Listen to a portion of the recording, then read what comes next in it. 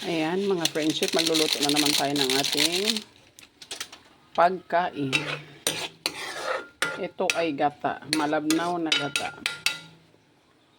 At dahil kumulo-kulo na siya, ilalagay na natin itong ating, ano tawag dito? Uwang. Ayan. Hindi po siya ginisa para hindi masyadong mamantika. Ayan. Lagyan na natin agad ng salt since nilagyan ko na siya ng seasoning kanina. Ayan, o, diba? Sili pa. Para yummy. Lagdagan natin ng konting asin. Ayan. Parang dagat na to.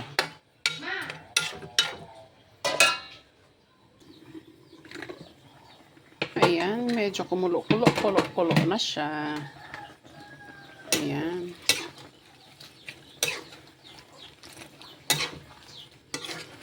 Kalagay na dyan ang ating seasoning, tanglad, at asin, and everything.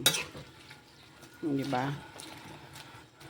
At dahil dyan, ilalagay na natin ang ating malunggay. Dahil ang malunggay ay matigas siya kaysa talbos ng kamote, kaya unahin natin tong malunggay. Hindi po kasi nalalata ang malunggay. Kahit ilagay mo pa siya dyan ng ilang segundo, hindi po siya malata. Kaya para maluto siya ng maigi, inuna natin ang paglagay yan. Tapos, lagay na naman natin ang ating talbos. O, diba? Talbos ng kamote. Very healthy ang ating pagkain dahil tayo ay nasa bukid. Walang halong mga kimikal dahil sariling atin lang po ito. Ayan. Ilagay na natin ang ating malapot na gata. Okay. At dahil dyan, tatakpan natin yan ng saglit. Mekos-mekos muna. Saglit lang naman ang pagluluto. Diba? Takpan muna natin ng ilang segundo yan.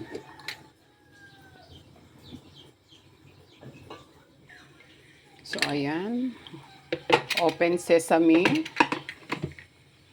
Ito na po. Kumulo na siya. I'm sure. Yummy na to. Yummier than me.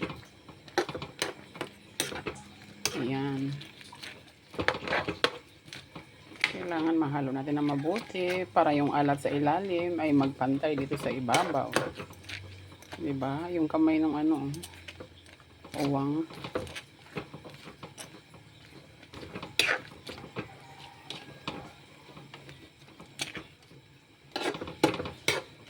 And let me taste this one.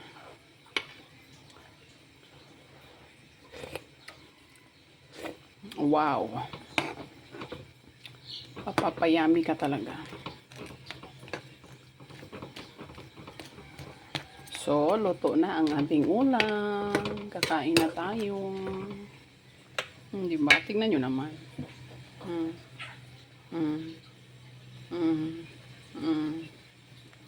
Ito. So, that's it. Kulong-kulo na siya talaga.